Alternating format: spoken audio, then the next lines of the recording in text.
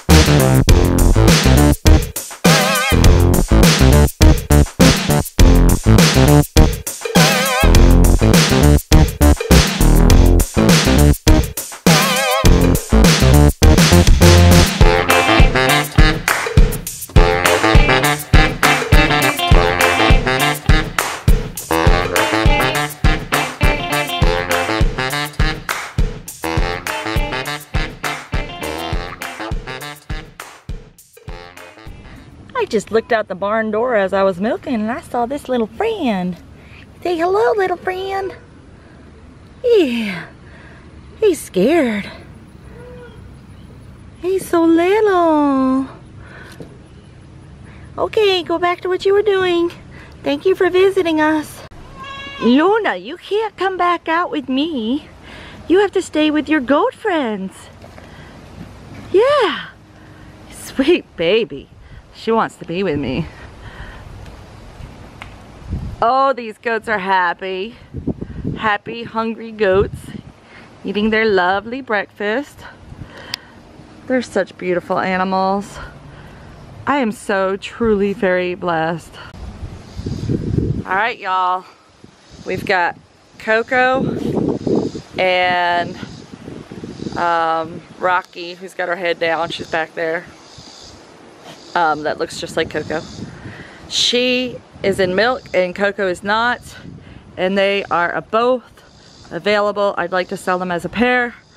I have a potential buyer lined up, but it's, you know, not a done deal yet. So then the two bucklings there and this buckling here are all available as herd sires slash breeders.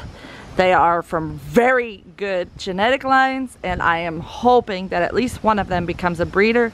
If not, I'm going to band them all and make them wethers. And I really have a hard time deciding to do that. I'm actually considering banding Christo and Feisty, but leaving Barbie intact for a little bit longer. I don't want to wait too late for the banding, but I also want to make sure I give anybody an opportunity to get an awesome... Oh no, what did you do to your foot? Oh, gonna go check Fancy too. She stepped on something. Ew, owie. That's what was in her hoof. I'm glad I was out here when she stepped on that. That's a big thorn, and it was halfway in. I wonder why she was limping. I'm glad I saw it and was able to pull it out before it caused any damage. They have a soft part in the center of their hoof.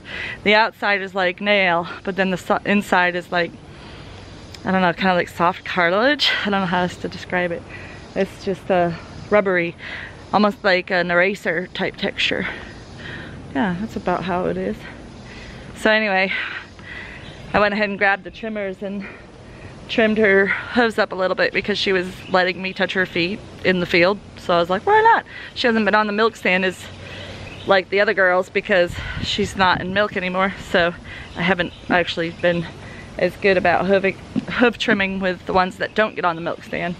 I check them, but I don't do it like as regularly. Like the girls that get on the milk stand, I just trim, you know, whenever I see it starting to be long. It's not even, I don't even wait the full month or two that most people do. It's probably more frequent than that on the ones that are on the milk stand. And then every month or two I check everybody's feet. So it's time to do that. By the looks of Fancy Two's feet, it's time to do. I did the bucks recently, so I know that they were done like a week or two ago, so they're good. But the younger ones will all need to be checked, and Coco, who's not in milk, will have to go up there and be checked as well. So we'll get them all figured out and get their hooves trimmed. Maybe I'll do a video on that. I don't know, sometimes I just hurry up and get things done and don't do videos, and sometimes that's what I have to do to get it all done. So we'll see. All right, fence is on. I'm gonna go to the garden now. I don't know what it is about the air today, but it just feels like everything is vibrant and alive. Like after all that rain, now we have some sun and a nice cool breeze. Even though it's really hot and humid out here, you have that nice breeze blowing over you.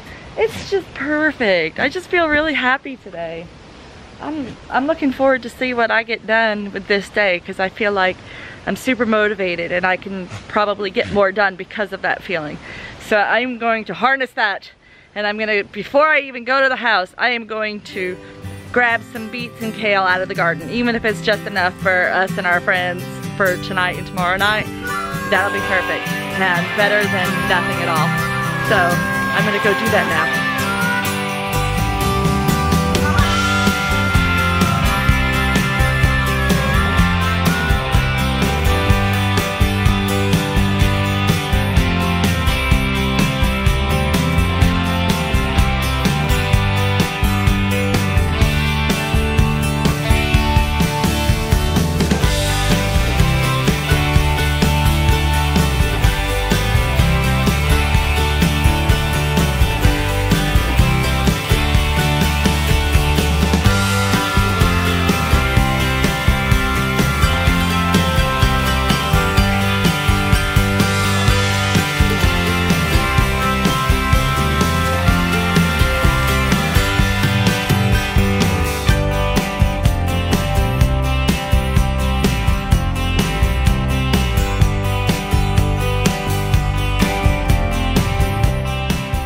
Some nice, really good sized ones in here for a late beet planting. I'm super happy. The only problem is the beet greens aren't very usable because I waited too long, and I usually love the beet greens, so I should have been harvesting beet greens as I went, but you've seen how busy I've been. It's no wonder I didn't get to that.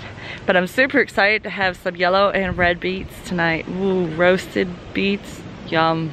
And now for some of my favorite kale. Yum. I can't wait.